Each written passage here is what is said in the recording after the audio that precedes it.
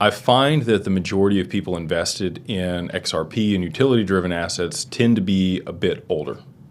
And that's not a good or bad thing. It's just the demographic that tends to gravitate toward this believes that banks and institutions are likely still going to be around.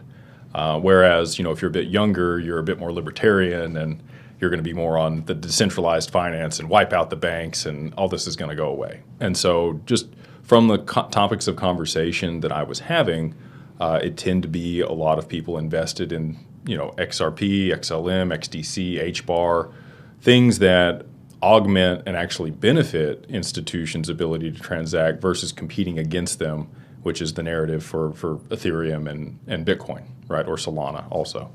And so just because of the topics that I'm discussing, it lended itself more toward that community. And also I have very high conviction on XRP in particular.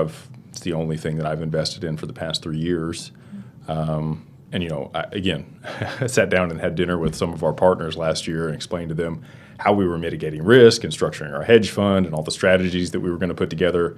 And then they asked me about my portfolio, and I said, yeah, I just buy XRP. And they were like, but you understand all these other things, and you articulate it well, and you're actually putting it together in a way to do all that, and yet you're still going to do that. And I'm like, I just have a really high conviction that that's the highest ROI of anything. And there's a lot of reasons for that we can get into.